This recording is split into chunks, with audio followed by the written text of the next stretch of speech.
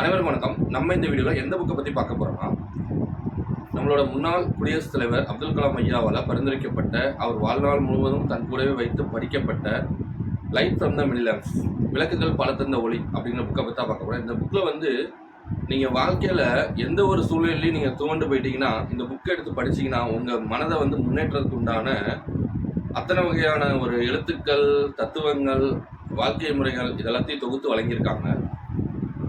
இதில் வந்து பார்த்தீங்கன்னா என்ன சொல்ல வராங்கன்னா, ஒரு மேற்கோள் ஒன்று எனக்கு பிடிச்சது, அதை நான் சொல்கிறேன். எந்த ஒரு மனிதனும் தானே ஞானியாகி விடுவதில்லை. ஞானி என்பவன் யார்? எல்லோருமிடம் கற்பவன். ஞானிங்கிறவங்க வந்து பார்த்தீங்கன்னா எல்லார்கிட்டேருந்தையும் கற்றுக்கிட்டு தான் வராங்க அப்படிங்கிற மாதிரி சொல்கிறாங்க. நம்ம ஞானின்னு யாரை பார்க்குறோமோ அவங்களே எல்லார்கிட்ட தான் கற்றுக்குறாங்க. அப்போ வந்து நம்மளும் வந்து ஒருத்தவங்க ஒரு நல்லது சொல்கிறாங்கன்னா அதை கேட்டுக்கணும், அதை லேர்ன் பண்ணணும் அப்படிங்கிற மாதிரி சொல்கிறாங்க. இன்னொன்று என்னன்னு கேட்டிங்கன்னா, அடுத்தவர் செய்த தவறுலேருந்து பாடம் கற்றுக்கொண்டு தவறு செய்யாமல் இருப்பவர்கள் துன்பங்களில் சிக்க மாட்டார்கள். அது என்ன சொல்கிறாங்கன்னா, ஒரு பிஸ்னஸ் ஸ்டாட்டிக்ஸ் இருக்குது. அது எப்படின்னு கேட்டிங்கன்னா, நீங்கள் புதுசாக ஒரு பிஸ்னஸ் ஆரம்பிக்கிறீங்கன்னா ஏற்கனவே பிஸ்னஸ் தெரிஞ்ச ஒருத்தவங்களோட பார்ட்னர்ஷிப் வச்சுக்கோங்க. அப்போ வந்து அவங்களோட அனுபவம் வந்து உங்களுக்கு யூஸ் ஆகும். அவங்க ஏற்கனவே வந்து நிறைய கஷ்டப்பட்டு அனுபவத்தை கற்றுக்கிட்டு இருப்பாங்க. அந்த அனுபவத்தை வந்து நீங்கள் வந்து ஈஸியாக கற்றுக்கலாம். திரும்பி ஒரு தடவை கஷ்டப்பட்டு தான் வந்து நீங்கள் அதை கற்றுக்கணும்னு கிடையாது. நீங்கள் ஈஸியாக கற்றுக்கலாம். அதை வச்சு நீங்கள் பிஸ்னஸில் ப்ரொசீட் பண்ணி வளரலாம் அப்படிங்கிற மாதிரி சொல்லுவாங்க. இது வந்து இதோட வந்து ஒத்துப்போகும். நெக்ஸ்ட் வந்து பார்த்தீங்கன்னா, இதோட இந்த நூலை வந்து தொகுக்கிறதுக்கு உண்டான இதை வந்து சொல்கிறாங்க. ஒரு மையப்பொருள் என்ன அப்படிங்கிற பற்றி முன்னுரைகள் சொல்லியிருக்காங்க. அது வந்து எனக்கு பிடிச்சிருக்கு. அது என்னன்னு கேட்டிங்கன்னா, நம்ம இன்னைக்கு வாழ்கிற வாழ்க்கைக்காக நம்ம முன்னோர்கள் வந்து ஏகப்பட்ட கஷ்டங்கள் பட்டிருக்காங்க. ஏகப்பட்ட சண்டைகள், தியாகங்கள், அது இது ஏகப்பட்ட அவங்க இதை கண்டுபிடிச்சது, எழுதுனது, நிறைய விஷயம் பண்ணியிருக்காங்க. அவ்வளோலாம் பண்ணி நம்ம கையில் வந்து இந்த உலகத்தை வந்து ஒப்படைச்சிருக்காங்க. அந்த உலகத்தை வந்து நம்ம பத்திரமா பாதுகாத்து நம்ம அடுத்த சந்ததியினருக்கு கொடுக்கணும் அப்படிங்கிற மாதிரி சொல்ல வராங்க. இந்த உலகத்தில் நம் முன்னோர்கள் வந்து நமக்காக வந்து அதாவது ஏற்கனவே நடந்தவை எல்லாத்தையுமே வந்து நூல்களாக தொகுத்து நமக்கு கொடுத்துட்டு போயிருக்காங்க. பெரிய ஒரு அறிவு களஞ்சியமாக கொடுத்துட்டு போயிருக்காங்க. ஏற்கனவே நடைபெற்ற போர்கள், இந்த உலகத்தோட வரலாறு, அது இது ஏகப்பட்ட தத்துவங்கள், நிறைய எழுத்தாளர்களோட எழுத்துக்கள் எல்லாத்தையுமே நூல்களாக தொகுத்து கொடுத்துட்டு போயிருக்காங்க. இதை எல்லாத்தையும் படிக்கணும் அப்படிங்கிற மாதிரி சொல்கிறாங்க. இது எல்லாத்தையும் ஒரே ஒரு புத்தகத்தில் ஒரு சில இதை வந்து தொகுக்கணும், ஒரு சில தலைப்புகளை தொகுக்கணும்னு எடுத்த முயற்சியில் தொகுக்கப்பட்ட நூல் தான் இந்த நூல். இதை வந்து படித்து பயன்பெறுங்கன்னு சொல்கிறாங்க. இதில் வந்து ஃபஸ்ட்டு ஒரு டாபிக் சொல்கிறாங்க, வாழ்வின் சந்தோஷ அனுபவம். இது எனக்கு பிடிச்ச டாபிக். இந்த டாப்பிக்கை பற்றி பார்க்கலாம். எப்படின்னா, மனதை ஒருத்தன் வைத்திருக்கும் நிலையை பொறுத்து அவன் அடையும் சந்தோஷம் இருக்கிறதுன்னு ஆபிரகாம் லிங்கன் சொல்கிறார். அது என்னன்னு கேட்டிங்கன்னா, சந்தோஷம் என்பதன் அர்த்தத்தையும் அதன் அடையும் முறையையும், அதாவது எப்படின்னா தெரிஞ்சுக்கிறதுக்காக மனுஷன் பல நூற்றாண்டு காலமாக வந்து போராடிட்டு இருக்கான், முயற்சி செஞ்சுட்டு இருக்கான் அப்படின்னு சொல்கிறாங்க. அதாவது பெரிய பெரிய அறிஞர்கள், மத போதகர்கள், தலைவர்கள், ஆசிரியர்கள் எல்லாமே தேடுறது என்னன்னா இந்த இதை தான். என்னன்னு கேட்டிங்கன்னா, சந்தோஷத்தை அடையிற முறையே தான். இதுக்கு என்ன சொல்கிறாங்கன்னா, எல்லா குறிக்கோள்கள், முயற்சிகள், நம்பிக்கைகள், திட்டங்கள் எல்லாமே நம்ம மேற்கொள்றதுக்கு காரணம் என்னன்னா, இறுதியில் வந்து சந்தோஷத்தை அடையணுங்கிற ஒரு இதுதான். எந்த ஒரு செயலை நம்ம செய்யணுன்னாலுமே பார்த்தீங்கன்னா, இப்போ நம்ம ஒரு பந்தயத்தில் கலந்துக்கிறோம், இறுதியில் வந்து நமக்கு வந்து வெற்றி கிடைக்கும். அதனால நமக்கு என்ன கிடைக்கும்? சந்தோஷம்.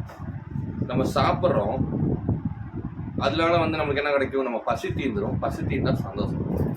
இந்த மாதிரி என்ன நீங்கள் செஞ்சீங்கனாலும் கடைசியில் நம்ம தேடி போகிறது அந்த சந்தோஷத்தை தான். அதாவது வாழ்க்கையின் அர்த்தமும் நோக்கமும் சந்தோஷமும் தான் அப்படிங்கிற மாதிரி சொல்கிறாங்க. இதை வந்து பார்த்தீங்கன்னா, மேட்டர்லிங்னு ஒரு ஃபேமஸான நாடக எழுத்தாளர் வந்து அவரோட நீலப்பறவைங்கிற ஃபேமஸான நாடகத்தில் சொல்லியிருக்காரு. என்னென்னா, எப்படின்னா, ஒரு மரவெட்டியான் அவர் வந்து அவரோட குழந்தைகளான தில்திலும் மதிலும் சந்தோஷத்தை தேடி எங்கெங்கேயோ அலையிறாங்க. கடைசியில் அவங்க வீடு திரும்பதான் தெரியுதாமா சந்தோஷம் நம்ம வீட்டில் தான் இருக்குது அப்படின்னு. அதுவும் அவங்களோட மனசில் தான் இருக்குது அந்த சந்தோஷம் அப்படின்ட்டு. சந்தோஷத்தை இங்கே விட்டுட்டு வேற எங்கேயும் தேடி பயன் இல்லை அப்படிங்கிற மாதிரி அவர் வந்து சொல்றாரு. அந்த எழுத்தாளர் வந்து சொல்றாரு, உங்களுக்குள்ள தான் இருக்கு சந்தோஷம், அதை விட்டு வெளியே தேடி பயன் இல்லை அப்படிங்கிற மாதிரி சொல்றாரு. இதை வந்து ஜான் பரோஸுங்கிறவர் ஒரு எழுத்தாளர் எழுதின ஒரு கட்டுரையை வந்து இதில் வந்து ஃபர்ஸ்ட் ஒரு டாப்பிக்காக வந்து தொகுத்துருக்காங்க. இதில் எப்படின்னு கேட்டிங்கன்னா, அவர் வந்து ஒரு கதை மூலியமாக இதை வளர்க்க விரும்புகிறாரு. எப்படின்னா, இந்த எழுத்தாளர் வந்து ஒரு ஜன்னல் ஓரமாக நின்றுட்டு பக்கத்து வீட்டில் இருக்கிறவர் வந்து செய்கிறத பார்த்துட்டு இருக்காரு. அவர் என்ன பண்ணுறாருன்னா, ஒரு மிகுந்த ஒரு நல்ல ஒரு சந்தோஷமாக இருக்கிற மாதிரிலாம், சுறுசுறுப்பாக இருக்கிற மாதிரிலாம் அவர் தெரில. சந்தோஷமாக வெற்றிகரமான உணர்வுடன் அவன் நடக்கவில்லை அப்படிங்கிற மாதிரி சொல்கிறார்.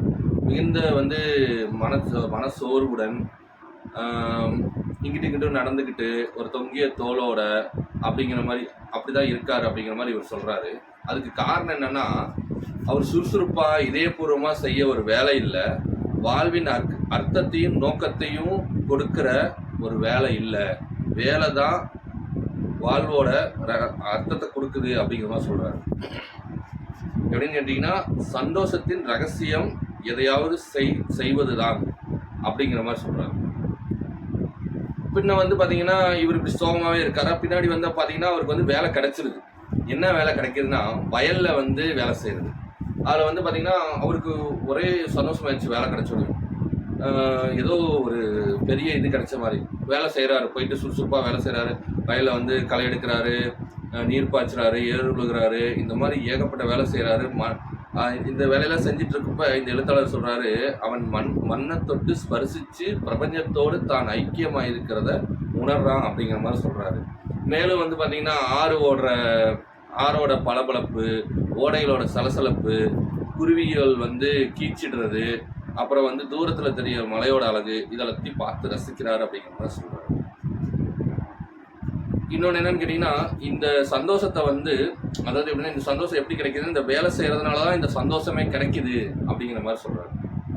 இந்த சந்தோஷம் வந்து பணங்காசு கொடுத்து, அதாவது பொருளாதாரத்தை வச்சு இந்த சந்தோஷத்தை அடைஞ்சிட முடியாது அப்படிங்கிற மாதிரி சொல்கிறார். ஆரோக்கியம், பணம், நண்பர்கள், இந்த மாதிரி என்ன வேணா இருக்கலாம், ஆனால் சந்தோஷத்தை வந்து, அதாவது இவங்க எல்லாமே இருந்தும் நீங்கள் சந்தோஷம் இல்லாமல் இருக்கலாம் அப்படிங்கிற மாதிரி சொல்கிறாரு. சந்தோஷத்தை அடையிறதுக்கு உண்டான முதல் வழி என்னன்னா, அது எப்படின்னா போதும்னு சொல்கிறது. எப்படின்னா திருப்தியான மனமே, ஒரு ஒரு ஒரு குறிப்பிட்ட லெவல்லே வந்து எனக்கு போதுங்க அப்படிங்கிற மாதிரி முடிச்சுக்கிறது. எந்த ஒரு விஷயமா இருந்தாலும் போதும், எனக்கு திருப்தி அப்படிங்கிற மாதிரி முடிச்சுக்கிறதா சந்தோஷத்தோட முதல் கட்டங்கிறார். இன்னும் வேணும்ட்டே இருந்தால் உங்களுக்கு வந்து திருப்தி ஆகாது, சந்தோஷம் இருக்காது அப்படிங்கிற மாதிரி சொல்கிறாரு. திருப்திங்கிற ஒரு ஸ்டெப்பு தான் சந்தோஷத்தோட முதல் படி அப்படிங்கிறாரு. அது எப்படின்னா, இதில் இன்னொரு விஷயம், அந்த வேலையோட இதை வந்து விளக்குறதுக்கு சொல்கிறாரு. ஓடையோட வேலை வந்து ஓடுறது தான், அது தேங்கிருச்சுன்னா என்ன ஆகும் அப்படிங்கிற மாதிரி அவர் சொல்கிறாரு.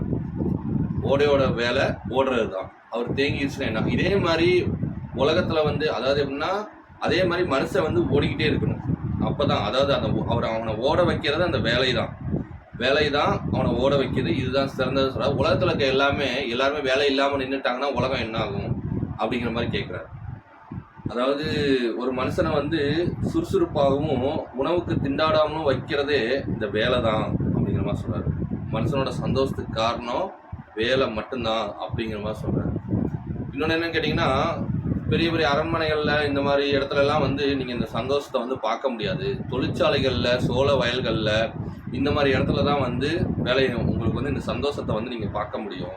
அது எப்படின்னா, ஒரு தொழிற்சாலையில் தொடர்ந்து ஒருத்தன் வந்து வேலை செஞ்சுட்டு இருக்கும்போது, ரொம்ப பிஸியாக வேலை செஞ்சுட்டு இருந்துட்டு திடீர்னு இப்படி நிமிர்ந்து பார்த்தானா அவனுக்கு அவ்வளோ ஒரு சந்தோஷமாக இருக்கும்.